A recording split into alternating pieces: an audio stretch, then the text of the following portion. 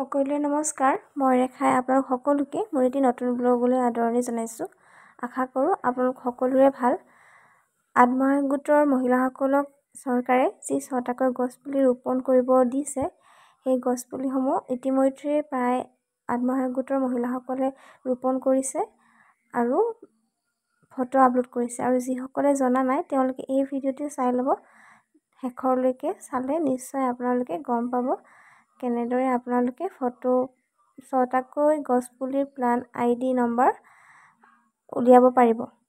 গতিকে যিসকলে কৰা নাই তেওঁলোকে এই ভিডিঅ'টো ভালদৰে শেষৰলৈকে চাই ল'ব। গছপুলি ৰেজিষ্ট্ৰেশ্যনৰ নিউ ৰিনিউৱেল আপোনালোকে ৰেজিষ্ট্ৰেশ্যন কৰোঁতে যোনটো ফোন নম্বৰ দিছিল সেই ফোন নম্বৰটোত এটা OTP যাব। সেই OTP নম্বৰটো আপোনালোকে সেই গেট OTP ঠাইত লিখিব লাগিব আৰু ৰেজিষ্ট্ৰেশ্যন নম্বৰটো লিখিব লাগিব। সেইখিনি মই আপোনালোকক শিকাই আছোঁ, পিছত আপোনালোকে ভিডিঅ'টো শেষলৈকে চাব। সেই নিজৰ ৰেজিষ্ট্ৰেশ্যন ফোন নম্বৰটোত আপোনালোকে 6টাকৈ প্লান ID বনাব লাগিব। সেই ভিডিঅ'টো শেষলৈকে চাব কেনেদৰে কি কৰিব। প্লে ষ্ট'ৰলৈ যাব প্ৰথমে। তাত আপোনালোকে অমিত বৃক্ষ আন্দোলন বুলি লিখি দিব। ইনষ্টল কৰিব।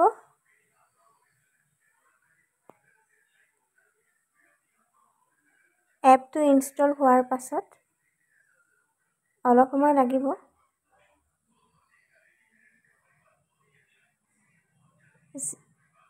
এনেদৰে অপেন কৰি ল'ব। অমিত বৃক্ষ আন্দোলন এনেদৰে আহিব। আপোনালোকে তলত দিয়া এই অপশ্যনটি লগ ইন কৰিব।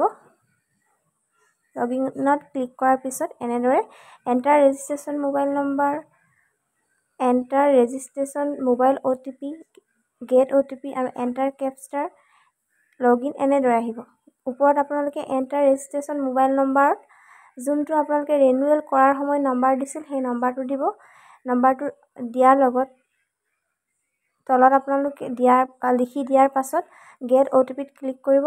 গেট OTPত ক্লিক কৰিলে যোনটো মোবাইল নম্বৰ আপোনালোকে দিছে তাত এটা OTP যাব। সেই OTPটো এণ্টাৰ ৰেজিষ্ট্ৰেশ্যন মোবাইল নম্বৰত লিখিব। ৰেজিষ্ট্ৰেশ্যন হোৱা মোবাইল নম্বৰতেহে OTP যাব, তাত দেখাই দিব। তাৰপিছত আপোনালোকে এণ্টাৰ কেপচাৰ আছে, তাৰ পোনে পোনে থকা ব্লেক কালাৰত থকা নম্বৰকেইটা আপোনালোকে এণ্টাৰ কেপচাৰত লিখি দিব। লিখি দিয়াৰ পাছত লগ ইন অপশ্যনটোত ক্লিক কৰিব। আশা কৰিছোঁ এইখিনিলৈকে আপোনালোকে বুজি পাইছে। ভালদৰে ভিডিঅ'টো চালে সকলো গম পাব।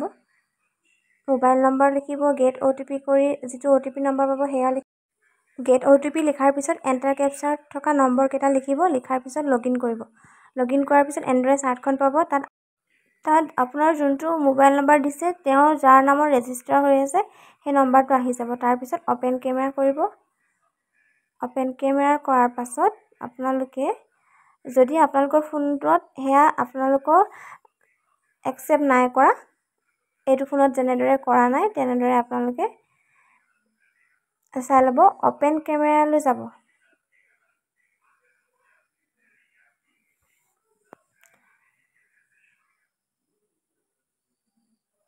ইয়াত গেলাৰীৰ পৰা ফটো আপলোড কৰিব পাৰিব বুলি ভাবিছোঁ।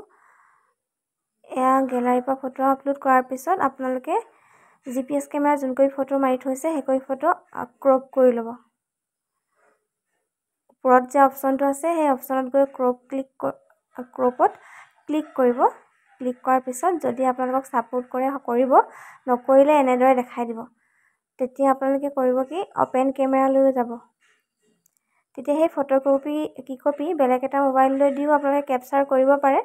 আৰু যদি বেলেগ মোবাইল নাই তেনেহ'লে য'ত গছপুলিটো ৰুইছে তাত গৈ আপোনালোকে ফটো ক্লিক কৰিব লাগিব। অপেন কেমেৰালৈ গৈ হোৱাইল ইউজিং দ্য এপ তাত ক্লিক কৰিব। কৰাৰ পিছত আপোনালোকে বেলেগ এটা মোবাইলত ফটোকপি পঠাই ল'ব। নহ'লে যোন ঠাইত আপোনালোকে গছপুলি ৰুইছিলে তাত গৈ আপোনালোকে ফটো ক্লিক কৰিব পাৰিব। এয়া অপেন কেমেৰাৰ পৰা ফটোকপি ক্লিক কৰি লোৱা হৈছে। বেলেগ এটা ফোনৰ পৰা ক্লিক কৰি লৈছোঁ। তাৰপিছত ফটো আপলোড দিয়া হৈছে। ফটো আপলোড হোৱাৰ পাছত ওপৰত আপোনালোকৰ চিলেক্ট প্লান্ট লিখা আছে যোনটোপা গছ আপোনালোকে ৰুইছে তাত আপোনালোকে সিলেক্ট কৰিব লাগিব নামত আৰু তাৰপিছত আকৌ আপলোড দিব লাগিব ফটোকপি আপলোড কৰাৰ অলপ সময় পাছতে আপোনালোকৰ image has been uploaded successfully your plan ID number এনেদৰে দিব আৰু তাৰপিছত আপোনালোকে গো টু ডাছবৰ্ডত গৈ নেক্সট পুলিটোৰ বাবে আপোনালোকে হোম পেজত পাবগৈ তাৰপিছত আকৌ পুনৰবাৰ প্ৰচেছ একেই হ'ব upload photo open camera photocopy click কৰিব আপলোড কৰিব সিলেক্ট কৰিব তাৰপিছত আপোনালোকে আপোনালোকৰ নেক্সট ফটোকপি আপলোড কৰিব তেনেদৰে এখনৰ পিছত ইখন কৰি আপোনালোকে এগৰাকী মেম্বাৰৰ 6টাকৈ গছ প্লান আইডি আপোনালোকে আপলোড কৰিব ফটো আপলোড কৰাৰ পিছত সিলেক্ট প্লান্টত গৈ আপোনালোকে যোনজোপা গছৰ পুলি ৰুইছে সেইটো আপোনালোকে সিলেক্ট কৰিব নাপাহৰিব এনেদৰে গোটেই 6টা পুলি আপোনালোকে আপলোড কৰিব আশা কৰিলোঁ আপোনালোকে বুজি পালে এয়া চাওক নেক্সট আইডি পুনৰ হৈ গৈছে গো টু ডাছবৰ্ডত গৈ আপোনালোকে নেক্সটবাৰ আপোনালোকে এই নম্বৰবোৰ খালি লিখি ৰাখিব নিজৰ লগত লিখি ৰাখিব নহ'লে স্ক্ৰীনশ্বট লৈ ৰাখিব প্লান আইডি নম্বৰবোৰ লিখি ৰাখিব এতিয়া আপোনালোকে যেতিয়া এগৰাকী মেম্বাৰ শেষ হৈ গ'ল তেতিয়া আপোনালোকে সেটিঙত যাব সেটিঙত গৈ আপোনালোকে লগ ইন কৰিব এতিয়া এই মাজৰ যিটো অপচন আছে তাত আপোনালোকে কে কপি ফটো আপলোড হ'লে আপোনালোকে চাব পাৰিব 6 কপি ফটো হৈছে নে কে কপি হৈছে গোটেইখিনি আপোনালোকে চাই ল'ব প্ৰত্যেকেই 6 কপিকৈ ফটো আপলোড কৰিব তাতকৈ বেছি কৰিলেও কমকৈ নকৰিব তলৰ অপচনকেইটা মন কৰিব হোম আছে প্লান লিষ্ট আছে সেটিং আছে নহয় জানো সেটিঙত আপোনালোকে যদি অন্য এগৰাকী মেম্বাৰ ফটো আপলোড কৰিবলৈ হয় তেতিয়া সেটিঙত যাব পাৰিব সেটিঙত গৈ আপোনালোকে সেটিঙত যেতিয়া লগ আউট অপচন আহিব তাত ক্লিক কৰিব ওকে কৰিব তেতিয়া পুনৰ অন্য এগৰাকী মহিলাৰ আপোনালোকে ৰেজিষ্ট্ৰেশ্যন কৰিব পাৰিব সেই মহিলাগৰাকীৰ ৰেজিষ্ট্ৰেশ্যন মোবাইল নম্বৰ আশা কৰিছোঁ আপোনালোকে কথাখিনি বুজি পালে যেতিয়া আপোনালোকে লগ আউট কৰিব তেতিয়া লগ ইন আকৌ প্ৰথমবাৰ একে অপচনত অন্য এগৰাকী মহিলা কৰি যাব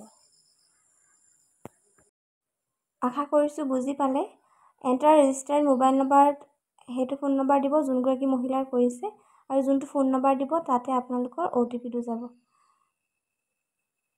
এনেদৰে আপোনালোকে ধুনীয়াকৈ নিজৰ 6টা আইডি প্লান বনাই লৈ ধুনীয়াকৈ নিজৰ লগত লিখি ৰাখিব বুলি আশা কৰিলোঁ আৰু সেটিঙত গৈ লগ আউট কৰিব ওকে কৰিব কৰাৰ পিছত আপোনালোকৰ আকৌ হোম পেজখন আহিব হোম পেজত আপোনালোকে ধুনীয়াকৈ নিজৰ আইডি প্লানবোৰ বনাই ল'ব আজিলৈ আহক